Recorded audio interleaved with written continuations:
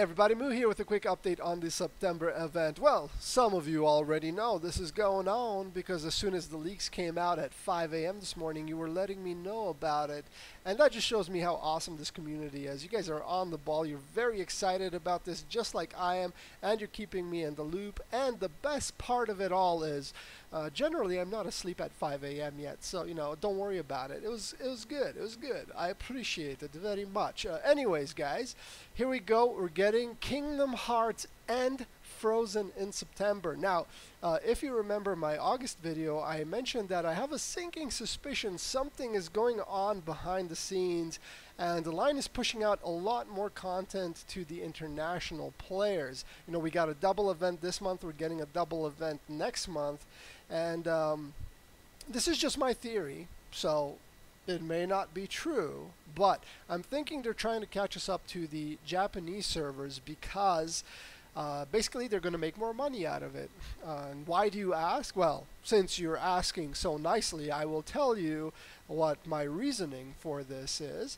And it's basically because generally people don't like to pay for an inferior product. So if you have a Japanese version of the game that has more content, more bingo cards, more Tsum Tsum, then if you're on the international side, you're like, well, why would I spend real money on this when there's not as much stuff going on here? So essentially, if they make both versions similar, then people are going to feel much better about investing real-life currency into the game.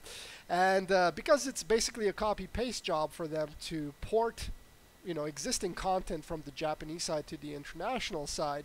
Well, not exactly copy-paste, but I mean the code is the same, the graphics are the same, so it's not that difficult. Essentially, it's low investment of time and resources on their part to high potential profit on the other side of that equation. So it makes a lot of sense for everybody, really.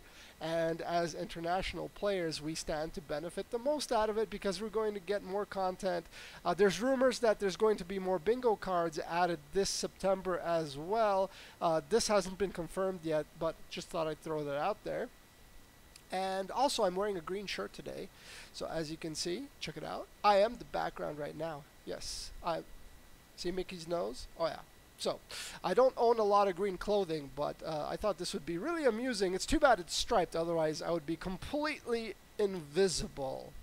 Indeed. But, anyways, as I mentioned, we're getting both Kingdom Hearts and Frozen, which is amazing. I did not think we would get Sora and Riku ever, let alone this year. And, of course, we will be getting young Anna, young Elsa, and Summer Olaf as well.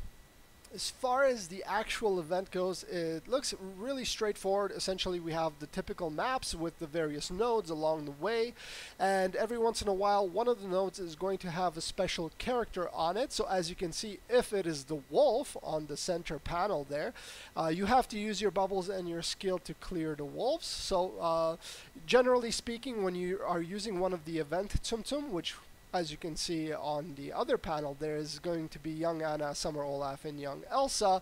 You can pop the wolf with just one bubble or one use of the skill. Generally, that's going to make things easier for you, but if you don't have the event Tsum Tsum, it's probably going to take at least a couple hits, so not a big deal overall. But again, it's going to speed things up if you do get one of those three during their lucky time.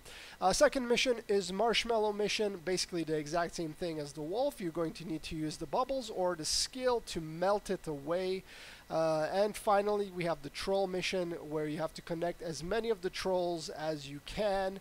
I'm assuming within a certain parameter you get better results, or I'm not exactly sure, but essentially there's going to be what looks like 10 cards based on the final panel there. The first 9 cards you will get the silver pin. Then, as always, and as is typical for most of these events, there's going to be a difficult card that will basically make you grind for another hour or so to get the gold pin. The cool thing about this particular event, however, is as you can see, you can collect movie scenes.